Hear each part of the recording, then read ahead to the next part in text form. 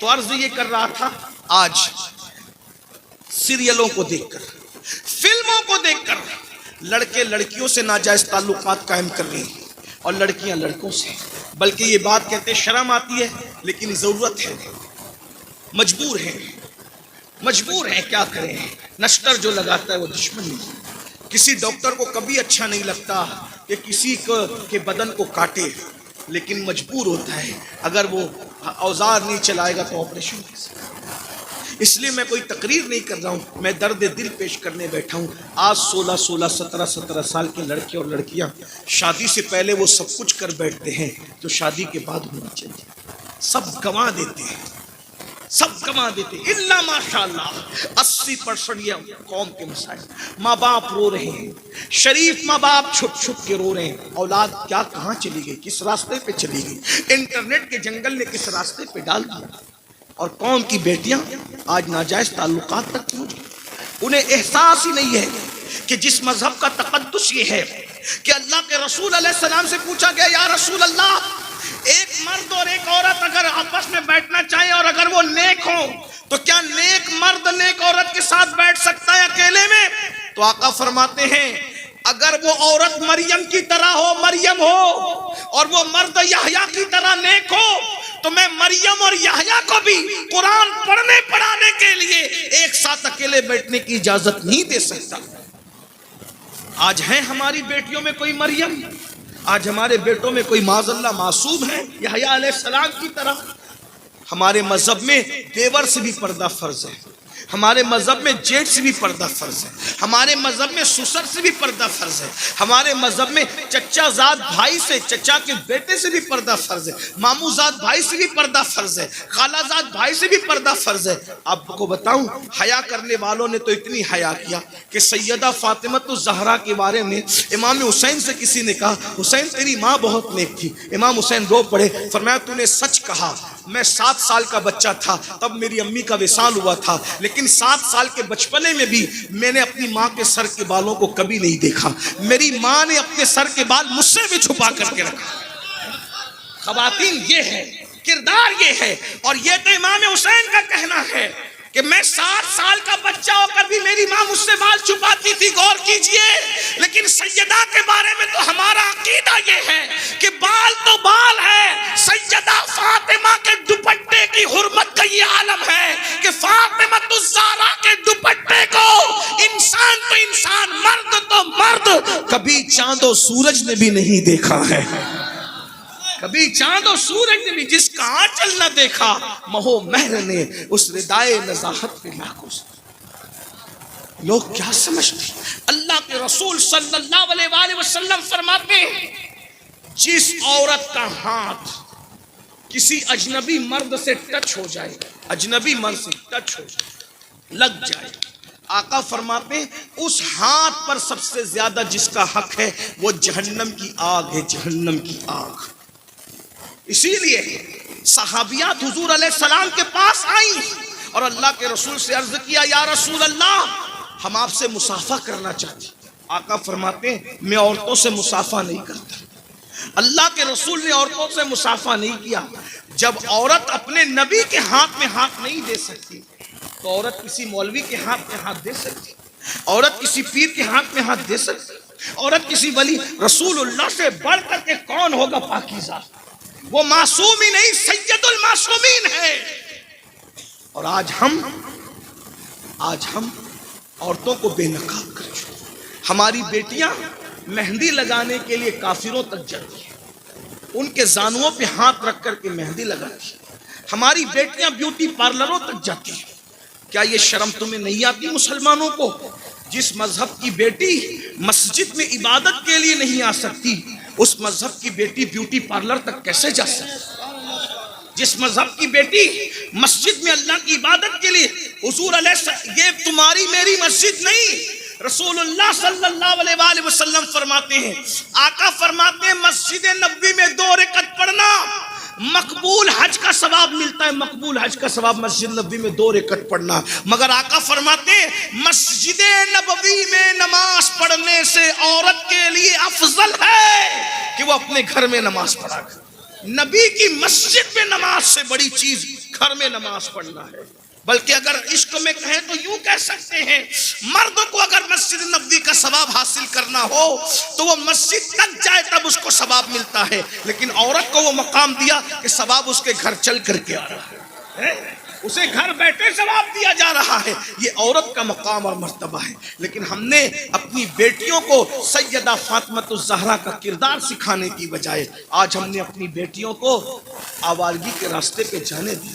یہ سیریل بیٹیوں کو بگاڑ رہے ہیں، افیئر ہو رہے ہیں، بچیاں ارتداد مرتد تک ہو رہی ہیں، مذہب تبدیل کر لی. وجہ یہ افیئر ہے، ناجائز تعلقات. بیٹیوں کی تربیت کرو، بیٹوں کی تربیت کرو، اپنی طبیعت کے مطابق نہیں، شریعت مصطفیٰ کے مطابق. آؤ لوگوں نے تربیت کرنے والوں نے کیسے آج جہنم سے ڈرنا چھوٹ گیا. اللہ کے عذاب کی بات کی جاتی ہے تو مسلمان مسکراتا ہے، ارے مولانا یہ سب تو جو ہوگا دیکھا جائے گا. میرے بھائی، اللہ کے عذاب کو کوئی برداشت نہیں کر سکے گا. اللہ کے رسول علیہ السلام فرماتے ہیں جہنم میں اگر پہاڑ بھی ڈالے جائیں تو پہاڑ بھی پگھل جائیں گے. پہاڑ پگھل جائیں گے، پہاڑ بھی پگھل جائیں گے. ذرا بتاؤ. اور ایک بات آپ کو بتاؤں، بیٹیوں کی توجہ، جو مجھ سے چھوٹی ہے میری بہن اور بیٹیوں کی طرح ہے، میں بیٹیوں سے مخاطب ہو کے کہوں، یہ جو نوجوانوں سے تم ناجائز تعلقات قائم کرتی ہو، ان کی حیثیت بھوروں کی طرح ہے یا تتلیوں کی طرح ہے. جیسے بھورا کسی پھول کا رس چوس لیتا ہے پھر دوبارہ اس طرف کا رخ نہیں کرتا، جیسے تتلیاں پھولوں کا رس چوس لیتی ہے پھر دوبارہ اس طرف کا رخ نہیں کرتی، اسی طرح سے مرد لوگ محبت کا جھانسا دیتے ہیں، پیار کا جھانسا دیتے ہیں، عشق کا جھانسا دیتے ہیں اور شادی کے وعدے کرتے ہیں، مالداری کا وعدہ کرتے ہیں، پتہ نہیں کیسے کیسے جھوٹے وعدے کرتے ہیں اور جھوٹے وعدے کر کے تمہیں پھانستے ہیں اور تمہاری آبرو سے کھیل کر پھر ہمیشہ کے لیے تمہیں چھوڑ کر کے بھاگ جاتے ہیں. پھر تمہاری زندگی برباد ہو جاتی ہے. اچھی طرح یاد رکھنا، ہر چیز گم ہو جائے تو دوبارہ مل سکتی ہے، لیکن عورت کی حیا ایک بار چلی گئی دوبارہ کبھی نہیں مل سکتی. نوجوان بیٹیوں کو اپنی حیا کی حفاظت کرنا ضروری ہے. حیا کسی بازار میں خریدنے کی چیز نہیں ہے، غیرت کسی شرم کسی بازار میں خریدنے کی چیز نہیں ہے. عورتوں کو اپنی عزت کی حفاظت کرنا چاہیے. عورتوں کو چاہیے کہ زیادہ سے زیادہ گھر میں رہیں، شادیوں میں بھی شرکت کرنے سے پرہیز کرو، ولیموں میں بھی شرکت کرنے سے پرہیز کرو اور دور کی رشتہ داریوں میں میتوں میں جانے سے بھی پرہیز کرو. عورت جتنا گھر میں رہے گی اتنا زیادہ اس کی عزت محفوظ رہے گی. ایک ام المومنین کے پاس کچھ عورتیں آئی اور آنے کے بعد کہتی ام المومنین کہتے ہیں رسول اللہ کی بیویوں کو. ام المومنین سے کہا امی جان آپ ہماری ماں ہیں، مومنوں کی ماں ہیں، ہم لوگ عمرہ کے لیے جا رہے ہیں، آپ ہمارے ساتھ عمرہ کے لیے چلیے، آپ نبی کی بیوی ہے، نبی کی بیوی کے صدقے ہمارا عمرہ قبول ہو جائے گا. ام المومنین فرماتی ہیں ہم نے رسول اللہ کے ساتھ حج بھی کر لیا ہے اور عمرہ بھی کر لیا ہے، اب ہمیں عمرہ کرنے کی حاجت نہیں ہے، ہمارے لیے عمرہ کرنے سے افضل گھر میں بیٹھنا ہے، کیونکہ قرآن ہم سے کہتا ہے وَقَرْنَا فِي بُيُوتِكُنَّ کہ تم اپنے گھروں میں بیٹھی رہو، اب ہم گھر سے باہر کبھی نہیں نکلیں گے. ہمیں عمرہ نفل عمرہ سے زیادہ افضل اپنی عزت کو چھپا کر کے اپنی عزت کی حفاظت کے لیے گھر میں بیٹھنا افضل ہے. یہ ان کی سوچ تھی، یہ ان کی فکر تھی. آج لڑکیاں فیس بک پہ بیٹھ کے اپنے رشتے خود طے کر رہی ہیں جو دانشمند لوگ ہیں، اور لڑکے بھی ایسے ہی کر رہے ہیں. جو دانشمند لوگ ہیں وہ کہتے ہیں بھائیو انٹرنیٹ پر آرڈر مت دیا کرو، کیونکہ انٹرنیٹ والے دکھاتے کچھ ہے بھجاتے کچھ. اکثر ایسے ہی ہوتا ہے، اکثر ایسی. تو میرے بھائی جو جوتا خریدنا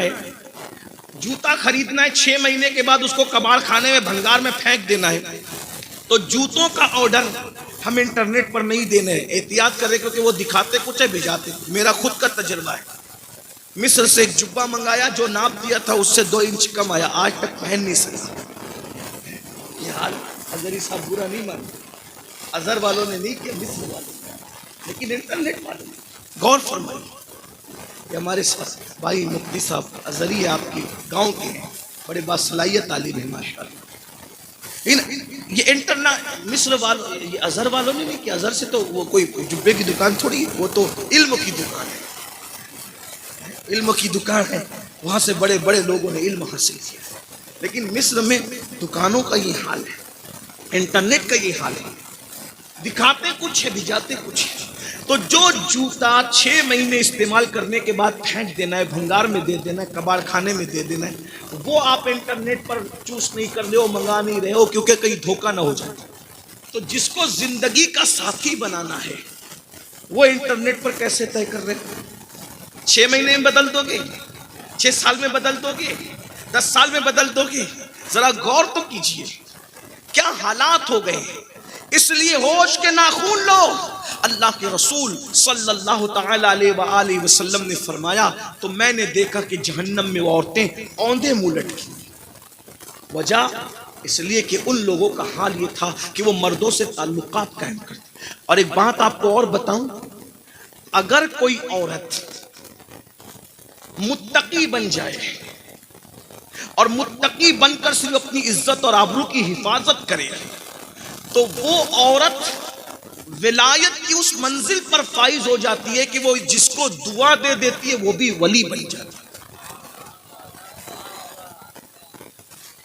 عورت جلدی ولیہ بن سکتی ہے صرف اس کو اپنی حیا کی حفاظت کرنا، اپنی آبرو کی حفاظت کرنا ہے۔ میں اپنی بہنوں کو بتاؤں، چھوٹے چھوٹے معاملے پر پھسل جانا، غربت کے چکر میں آ کر مالدار مردوں کی طرف للچائی ہوئی نظر سے دیکھنا۔ یہاں کی عورتیں ایسی نہیں ہیں، ہمارے ملک ہندوستان کی عورتیں ایسی نہیں، لیکن انٹرنیٹ کی وجہ سے پوری دنیا میں بات جاتی ہے، اس لیے یہ بات کہی جاتی ہے۔ ورنہ آپ یہ نہ سمجھے کہ ہمیں کہہ رہے ہیں، آپ کو نہیں کہہ رہے ہیں، آپ تو بہت عزت دار ہیں۔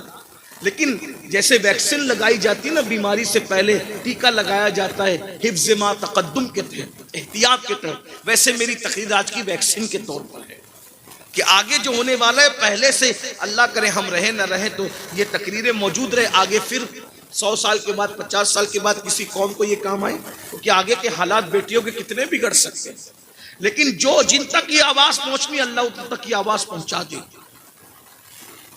زندگی برباد ہے ان لوگوں کی جو ناجائز تعلقات اور پھر غیر مسلموں سے شادیاں کرنا اور مرتد ہونا، استغفر اللہ۔